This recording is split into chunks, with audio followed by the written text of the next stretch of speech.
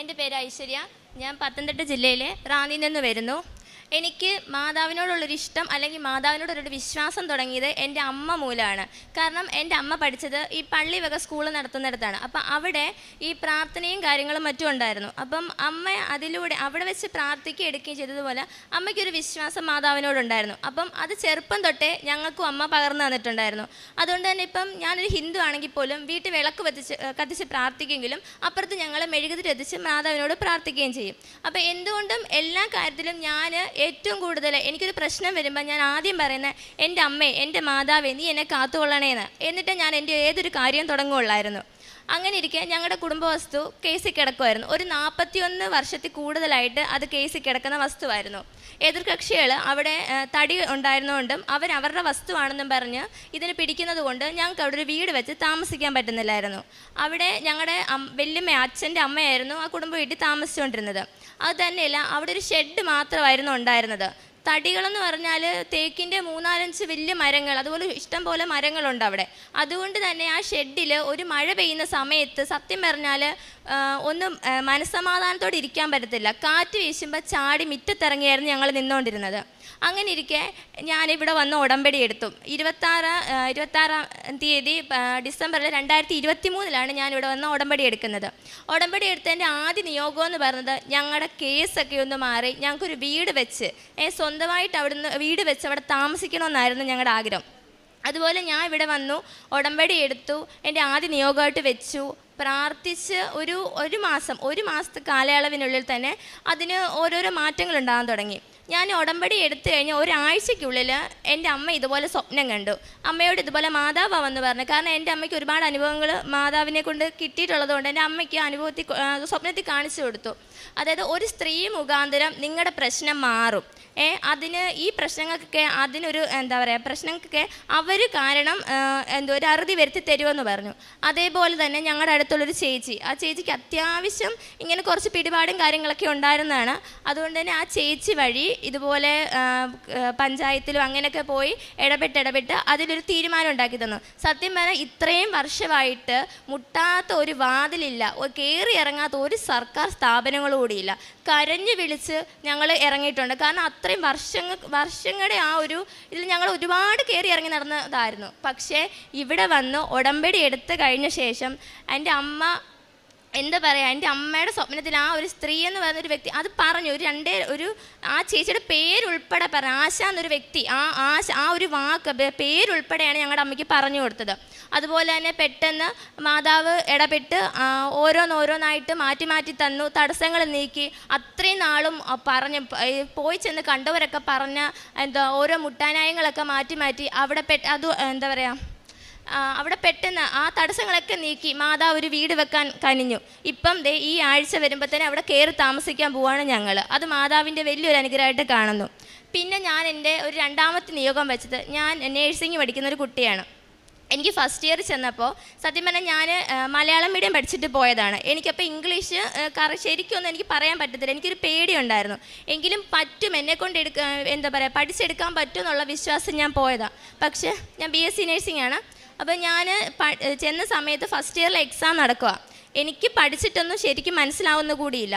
എൻ്റെ കൂടെ വന്ന ഇംഗ്ലീഷ് മീഡിയം പഠിച്ച പിള്ളേർ പലരും എന്നെ കളിയാക്കാൻ തുടങ്ങി. ഞങ്ങളൊക്കെ എന്തെങ്കിലും എഴുതി വെക്കും, നീ എന്ത് എഴുതി വെക്കാൻ പോന്ന, മലയാളത്തിൽ പഠിച്ച നിനക്ക് എന്ത് ഇംഗ്ലീഷ് ആടി നീ എഴുതുന്നതെന്ന് ചോദിച്ച് പലരും എന്നെ കളിയാക്കി. അപ്പോൾ തന്നെ സത്യം പറഞ്ഞാൽ മാനസികമായിട്ട് ഒത്തിരി തളർന്നു. കാരണം എനിക്കും ആഗ്രഹമുണ്ടല്ലോ, പഠിക്കണം എന്നുള്ള ആഗ്രഹത്തിൽ വന്നതാണ്. പക്ഷേ എൻ്റെ വീട്ടുകാർ പറഞ്ഞിട്ട് പോയത്, മക്കളെ ഇവക്കും ഒരു പ്രശ്നം വരുമ്പോൾ നിങ്ങൾ ഇവളെ കൂടെ നോക്കണേന്ന്. പക്ഷെ അവരാരും കേട്ടില്ല, അവരെല്ലാം എന്നെ കളിയാക്കാനാണ് നിന്നത്. എൻ്റെ അമ്മ എനിക്ക് വേണ്ടി വന്ന് ഉടമ്പടി എടുത്തു. ഞാൻ അതുപോലെ തന്നെ അമ്മ എനിക്ക് തന്നൊരു ലോക്കറ്റ്, മാതാവിൻ്റെ ഒരു കുഞ്ഞ് ലോക്കറ്റ് വെച്ച് ഞാൻ എന്നും മാതാവിനോട് പ്രാർത്ഥിക്കുമായിരുന്നു. മാതാവിനോട് പ്രാർത്ഥിച്ചതെന്നല്ല, എനിക്കറിയത്തില്ല എനിക്ക് എവിടെ നിന്നാണ് ഞാൻ പരീക്ഷയ്ക്ക് സത്യം പറഞ്ഞാൽ ഇംഗ്ലീഷ് അറിയാത്ത, അല്ലെങ്കിൽ പോട്ടെ എനിക്ക് പറ്റത്തില്ലായിരുന്നു. ഞാൻ ശരിക്കും പേടിച്ച് പോയതാണ്. കാരണം എന്നെക്കൊണ്ട് പരീക്ഷ എഴുതി ജയിക്കാൻ പറ്റത്തില്ല, ഞാൻ തോറ്റു പോകുമെന്ന് വിചാരിച്ചെടുത്ത് ഞാൻ പോലും അറിയാതെ എൻ്റെ ഉത്തര പേപ്പർ, ഞാൻ എഴുതുന്ന ക്വസ്റ്റ്യൻ പേപ്പർ, എനിക്ക് ക്വസ്റ്റ്യനൊക്കെ അതുപോലെ വായിച്ചു. എനിക്കറിയത്തില്ല എവിടെ നിന്നാണ് എനിക്ക് ഉത്തരം വന്നത്. സത്യം എനിക്ക് എങ്ങനെ പറയേണ്ടതെന്ന് കൂടി എനിക്ക് അറിയത്തില്ല. കാരണം എനിക്ക് മാതാവ് അതുപോലെ എന്നെ സഹായിച്ചു. അത് ആ 8 പേര് സത്യം പറഞ്ഞാൽ എനിക്ക് അതുപോലെ തന്നെ എനിക്ക് മാനസികമായിട്ട് ഭയങ്കര വിഷമം ഉണ്ടായതാണ്. റൂമിൽ 8 പേരായിരുന്നു. ആ 8 പേരും എന്നെ തളർത്തുമായിരുന്നു, നീ എങ്ങനെ പാസ്സാവൂടിയെന്ന് ചോദിച്ച്. എന്നാൽ പരീക്ഷയുടെ റിസൾട്ട് വന്നപ്പോൾ ആകെ അവിടെ ജയിച്ചത് 25 പിള്ളേരായിരുന്നു. 25 പിള്ളേരിൽ 6ാമത്തെ സ്ഥാനം എനിക്ക് കിട്ടി, ഞങ്ങളുടെ കോളേജിൽ തന്നെ. അതും പോരാഞ്ഞ് 8 പേര് റൂമിലുണ്ടായിരുന്നതിൽ എന്നെ കളിയാക്കിയവർക്ക് കാട്ടിലും മുന്നിൽ മാർക്ക് വാങ്ങിച്ച് 3 പേര് മാത്രമേ ഞങ്ങൾ റൂമിൽ പാസ്സായിട്ടുള്ളൂ. അതിൽ 3ാമത്തെ വ്യക്തി ഞാനായിരുന്നു. കാരണം എന്നെ കളിയാക്കിയവരുടെ മുന്നിൽ ഫസ്റ്റ് ക്ലാസ് വാങ്ങിച്ച് മാതാവ് എന്നെ കാത്തു. അതുപോലെ തന്നെ അന്ന് തൊട്ട് ഇന്ന് വരെ ഞാൻ പരീക്ഷ എഴുതിയില്ല. ഇപ്പം ഞാൻ 3rd ഇയറാണ്. പരീക്ഷ എഴുതിയിൽ ഫസ്റ്റ് ക്ലാസ്സോടുകൂടി അല്ലാതെ തന്നെ മാതാവ് ഇതുവരെ പാസ്സാക്കിയിട്ടില്ല. മാതാവിൻ്റെ കൃപ എപ്പോഴും എൻ്റെ കൂടെ തന്നെയുണ്ട്. ഞാൻ പിന്നെ എൻ്റെ ജീവിതത്തിൽ ഞാൻ എന്ത് ചെയ്തെന്ന് പറഞ്ഞാൽ ഞാൻ ആദ്യം ഒന്ന് ചോദിച്ചിട്ട് ചെയ്യുന്നത് എൻ്റെ മാതാവിനോടാണ്. കാരണം എനിക്ക് മാതാവ് സ്വപ്നത്തിൽ എന്നെ കാണിച്ചു തരും. എനിക്ക് എന്തെങ്കിലും ഒരു അപകടം പറ്റാൻ പോകുന്നുണ്ടെങ്കിൽ അത് എനിക്ക് എങ്ങനെ പറഞ്ഞ് നിങ്ങളെ അറിയിക്കുമെന്ന് അറിയത്തില്ല. എനിക്കൊരു അപകടം പറ്റാൻ പോകുന്നതെങ്കിൽ ഞാൻ ഏതെങ്കിലും ഒരു നാശത്തിലോട്ട് പോകുന്നു എന്ന് കാണുമ്പോൾ ഞാൻ സ്വപ്നം കാണും. അപ്പം മാതാവ് പറയും ഇന്നത് ചെയ്യില്ല, എന്നോട് പറഞ്ഞു ഇന്നത് ചെയ്യില്ല, അത് നല്ലതല്ല. അപ്പം ഞാനിത് കാണുമ്പോൾ ഞാൻ അമ്മയോട് പറയും, അമ്മേ ഞാൻ ഇങ്ങനെ കണ്ടു, എന്തോ പ്രശ്നം എനിക്ക് തോന്നുന്നു എന്തോ. അപ്പം അമ്മ പറയും മാതാവ് പറഞ്ഞതാ, നീ അതിനപ്പുറം ഒന്നും ചെയ്യാൻ പോവരുതെന്ന്. അതുപോലെ തന്നെ ഞാൻ മാതാവിനെ സ്വപ്നത്തിൽ കാണാറുണ്ട്. സ്വപ്നത്തിൽ കാണുന്നതെന്ന് വെച്ചാൽ എൻ്റെ അടുത്തുള്ള പള്ളിയിൽ ഞാൻ അവിടെ പോയി മെഴുകുതിരി കത്തിച്ച് പ്രാർത്ഥിക്കുന്നു. അവിടുത്തെ പള്ളിയിലെ മാതാവിൻ്റെ രൂപത്തിലാണ് എൻ്റെ മുന്നിൽ മാതാവ് പ്രത്യക്ഷപ്പെടുന്നത്. ഞാൻ എപ്പോൾ സ്വപ്നം കണ്ടാലും എന്നോടൊരു വ്യക്തി പറയുമ്പോൾ ഒരാൾ പറഞ്ഞു തരും. അപ്പം ഞാൻ ദൂരെ നിന്ന് കാണുമ്പം വേറൊരു വ്യക്തിയായിരിക്കും, പക്ഷേ അടുത്ത് ചെല്ലുമ്പം ഞാൻ കാണുന്നത് ആ പള്ളിയിൽ ഞാൻ ആ രൂപക്കൂട്ടി മെഴുകുതിരി കത്തിക്കുന്ന മാതാവായിരിക്കും. ഞാൻ അടുത്തോട്ട് ചെല്ലുമ്പോൾ എന്നെ അടുത്ത് വിളിക്കുമ്പോൾ പറഞ്ഞു തരാം, മനസ്സിലാക്കി തരാമെന്ന് എന്നെ അടുത്തോട്ട് വിളിക്കുമ്പോൾ ഞാൻ ചെല്ലുമ്പം ആ മാതാവിനെയാണ് ഞാൻ കാണുന്നത്. അതുപോലെ തന്നെ എൻ്റെ അമ്മയ്ക്കും മാതാവിനെ കണ്ട അനുഭവമുണ്ട്. എൻ്റെ അമ്മ കാണുന്നത് വേളാങ്കണ്ണി മാതാവിനെ. അമ്മ ഇങ്ങനെ വിഷമിച്ചിരിക്കുന്ന സന്ദർഭത്തിൽ അമ്മയുടെ മുന്നിൽ വരും. അമ്മയോട് പറയും നീ വന്ന് കഥക് തുറക്കും, ഞാൻ വെളിയിൽ നിൽക്കുവാന്ന് പറയും. അമ്മ ഉറക്കത്തിൽ എന്നിട്ട് പറഞ്ഞു തരും ഞങ്ങൾക്ക്. അമ്മ കാണുന്നത് വേളാങ്കണ്ണി മാതാവിനെ. അമ്മയും കുഞ്ഞും കൂടെ വന്ന് നിൽക്കുക, നീ എന്താ വാതിൽ തുറക്കാത്തേന്നായിരുന്നു എൻ്റെ അമ്മയോട് ചോദിച്ചുകൊണ്ടിരിക്കുന്നത്. ഇന്നേ വരെ ഞാൻ എൻ്റെ അനിയത്തി അമ്മ ഞങ്ങൾക്ക് എന്താ പറയുക എല്ലാ കാര്യത്തിലും അമ്മ മാതാവിൻ്റെ ഒരു അനുഗ്രഹമുണ്ട്. കാരണം ഏതൊരു കാര്യം ചെയ്യുമ്പോഴും ഞങ്ങളുടെ കൂടെ ഞങ്ങൾ അമ്മയോട് ചോദിച്ചിട്ടേ ചെയ്യുള്ളൂ.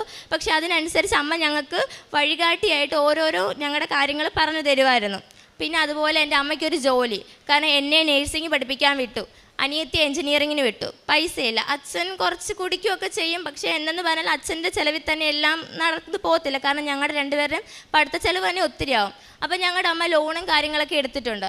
അപ്പം ചിലപ്പോൾ ഒരു ദിവസത്തെ ലോൺ അടയ്ക്കാൻ അല്ലെങ്കിൽ ഒരു ദിവസം എന്തെങ്കിലും ഒരു വണ്ടിക്കൂലിക്ക് പോലും തരാൻ ചിലപ്പോൾ അമ്മയുടെ കാണത്തില്ലായിരിക്കും.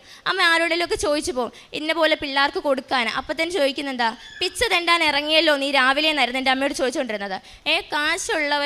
കാശുള്ളവനെ മക്കളെ പഠിപ്പിക്കാവുള്ളൂ, കാശില്ലാത്തവൻ മക്കളെ പഠിപ്പിക്കാൻ ഇറങ്ങില്ലെന്ന് പറഞ്ഞിട്ടുണ്ട്. അതുപോലെ കുടിയൻ്റെ മക്കൾ പഠിക്കേണ്ട, അല്ലാത്തവർ പഠിക്കട്ടെ എന്ന്. അപ്പോൾ അതൊക്കെ വെച്ച് ഞങ്ങൾക്ക് ഒത്തിരിയും കേട്ട് മനസ്സ് സത്യം പറഞ്ഞാൽ തളർന്നു പോയിട്ടുണ്ട്. കാരണം കഷ്ടപ്പാടും ദാരിദ്ര്യം അനുഭവിച്ചുകൊണ്ടിരിക്കുമ്പോൾ തന്നെ ഓരോരുത്തർ കുത്തുവാക്കൂടെ കേൾക്കുമ്പോൾ നമ്മളെ കൊണ്ട് നേരെ നിൽക്കാൻ പറ്റത്തില്ല. ആ അവസരത്തിലൊക്കെ എൻ്റെ അമ്മ മാതാവിനോട് പറയുന്ന ഒരേ ആഗ്രഹം, സ്ഥിരമായിട്ടൊരു ജോലി എവിടെയെങ്കിലും ഒന്ന് തന്നിരുന്നെങ്കിൽ എൻ്റെ മക്കൾക്ക് വണ്ടിക്കൂലിക്ക് കൊടുക്കാനൊരു ശകലം പൈസയ്ക്കുള്ള വഴിയെങ്കിലും ഒപ്പിച്ച് തരുമോ മാതാവേന്ന് ചോദിച്ചു. അപ്പോൾ എൻ്റെ അമ്മ എന്നോട് കിടന്ന് കരഞ്ഞു പറഞ്ഞു. അപ്പോൾ ഞാൻ എൻ്റെ 3ാമത്തെ നിയോഗം വെച്ചത് എൻ്റെ അമ്മയുടെ കാര്യമായിരുന്നു. ഞാൻ നിയോഗം വെച്ച് 2 ആഴ്ചത്തെ താമസം പോലും എടുത്തില്ല. ഞങ്ങളുടെ തൊട്ടടുത്ത മിൽമായിൽ ഞങ്ങളുടെ അമ്മയ്ക്ക് ജോലി കിട്ടി. ഇപ്പോൾ അവിടെ സ്ഥിരമായിട്ട് അമ്മ പോകുന്നുണ്ട്, രാവിലെയും വൈകിട്ടും പോകുന്നുണ്ട്. ഞങ്ങളുടെ കാര്യങ്ങൾ ഏറെക്കുറെയൊക്കെ നടന്ന് കിട്ടുന്നുണ്ട്. എല്ലാം മാതാവിൻ്റെ അനുഗ്രഹമാണ്. പിന്നെ എനിക്കിപ്പോഴും എന്തു പറയുക, ഞാനിപ്പോൾ ഹിന്ദുമത വിശ്വാസിയാണെങ്കിൽ പോലും എനിക്ക് ഏറ്റവും കൂടുതൽ വിശ്വാസം, ഞാൻ ഏറ്റവും കൂടുതൽ വിളിക്കുന്നത് എൻ്റെ അമ്മ മാതാവിനെ തന്നെയാണ്. കാരണം എനിക്ക് ഓരോ വഴിയിലും എനിക്ക് എന്ത് പ്രയാസം ഉണ്ടെങ്കിലും എൻ്റെ തടസ്സം ഉണ്ടെങ്കിലും എൻ്റെ കൂടെ അമ്മ മാതാവ് നിൽക്കും. അതെങ്ങനെയാണെങ്കിലും എനിക്ക് എൻ്റെ കൂടെ തന്നെ കാണുമെന്നുള്ളൊരു വിശ്വാസമുണ്ട്. അതിന്നും അങ്ങനെ തന്നെയാണ് നിൽക്കുന്നത്. എല്ലാത്തിനും മാതാവിനോട് ഞാൻ നന്ദി പറയുന്നു. പിന്നെ ഞാൻ പ്രേക്ഷിത പ്രവർത്തനം ചെയ്യുമായിരുന്നു, പത്രം കൊടുക്കുമായിരുന്നു. അതുപോലെ തന്നെ ഞാൻ ആശുപത്രികളിൽ പോയി രോഗി സന്ദർശനം ചെയ്യും. അപ്പം എന്നെക്കൊണ്ട് പറ്റുന്നത്, ഇപ്പം 10 പേർക്കൊരു 100 രൂപ എന്നുള്ള കണക്കിലാണെങ്കിലും ഞാൻ കൊണ്ട് പത്രത്തിനൊപ്പം കൊടുക്കുമായിരുന്നു. പിന്നെ വീട്ടിൽ പൊതി വെക്കുമായിരുന്നു. അല്ലെങ്കിൽ പിന്നെ കടയിൽ നിന്നൊക്കെ ഇങ്ങനെ ഓർഡർ കൊടുത്തിട്ടാണെങ്കിലും 10 പേർക്കല്ലേ 5 പേർക്ക് എന്നെക്കൊണ്ട് കഴിയുന്നത് ഞാൻ തന്നെ ശേഖരിച്ച് ഞാനും എൻ്റെ അമ്മയും കൂടെ രോഗി സന്ദർശനത്തിന് പോകുമ്പോൾ അവർക്ക് കൊടുക്കുമായിരുന്നു. പിന്നെ ഞാൻ പ്രാർത്ഥിക്കുമ്പോൾ എല്ലാവരെയും പ്രാർത്ഥന ഉൾപ്പെടുത്തുമായിരുന്നു. എന്നൊക്കെ ചെയ്തു നടക്കും. യെശയ്യാ പ്രവാചകൻ്റെ പുസ്തകം 40-12 തിരുവചനം, കൈക്കുമ്പിളിൽ ആഴികളെ അളക്കുകയും ആകാശവിശാലതയെ ചാണിലൊതുക്കുകയും ഭൂമിയിലെ പൊടിയെ അളവുപാത്രത്തിൽ ഉൾക്കൊള്ളിക്കുകയും പർവ്വതങ്ങളുടെ ഭാരം വെള്ളിക്കോലിൽ നിശ്ചയിക്കുകയും കുന്നുകളെ തുലാസിൽ തൂക്കുകയും ചെയ്തവനാര്? ജീവിതത്തിൽ വഴിമുട്ടി നിൽക്കുന്ന സാഹചര്യങ്ങളിൽ ഇതൊന്നും തടസ്സമല്ല എന്ന് നമ്മോട് പറയുന്ന ദൈവത്തെ കണ്ടുമുട്ടിയ ഐശ്വര്യയും കുടുംബവും തൻ്റെ ജീവിതം എങ്ങനെയുള്ളതാണ് ഇന്നെന്നുള്ളതാണ് ഈ മകൾ ഇവിടെ പങ്കുവയ്ക്കുക. പറഞ്ഞ ഓരോ കാര്യങ്ങളും തൻ്റെ ജീവിതത്തെ തന്നെ ഒത്തിരിയേറെ മാനസികമായിട്ട് വിഷമിപ്പിക്കുന്ന സാഹചര്യങ്ങളെയൊക്കെ ഇന്ന് തരണം ചെയ്ത് താൻ ചോദിക്കുന്ന കാര്യങ്ങളൊക്കെ കൂടെ നടന്ന് പറഞ്ഞു തരുന്ന ഒരു ഈശോയും അമ്മയും താൻ പോകേണ്ട വഴി മാത്രം തന്നെ പറഞ്ഞു വിടുന്നു.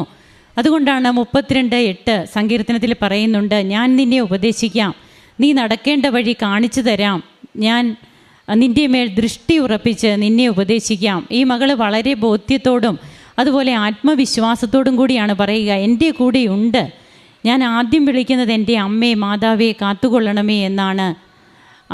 എനിക്കും എൻ്റെ അമ്മയ്ക്കും സ്വപ്നമുണ്ടാകുന്നു. ആ സ്വപ്നത്തിൽ എൻ്റെ അമ്മയോട് ഓരോ കാര്യങ്ങൾ പറയുന്നു. പേര് പറഞ്ഞ് ഇന്ന വ്യക്തി എന്ന ആ വ്യക്തിയുടെ പേര് കൂടി പറഞ്ഞ് ഈ മക്കളോട് ഈ മകളുടെ അമ്മയോട് സ്വപ്നത്തിൽ വന്ന് പറയുകയാണ്.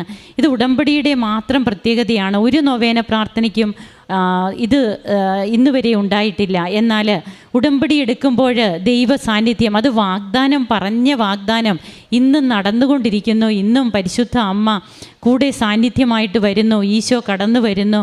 അങ്ങനെ 41 വർഷമായിട്ട് തങ്ങൾക്ക് ഉള്ള വസ്തുവിൻ്റെ മേലുള്ള കേസ്, അതുമൂലം അവിടെ ഒരു ഭവനം പണിയാൻ പറ്റുന്നില്ല. മഴ പെയ്യുമ്പോൾ ഷെഡിൽ നിന്ന് തങ്ങൾ എന്താണ് ചെയ്തത്? തങ്ങൾക്ക് അത്രയ്ക്ക് പേടിയോടെ ജീവിച്ചിരുന്ന കാലങ്ങൾ. എന്നാൽ അതിനൊക്കെ ഒരു വിരാമം വരികയാണ് ഉടമ്പടി എടുത്തതിന് ശേഷം. പെട്ടെന്ന് തന്നെയാണ് മാറ്റങ്ങൾ വരുന്നു.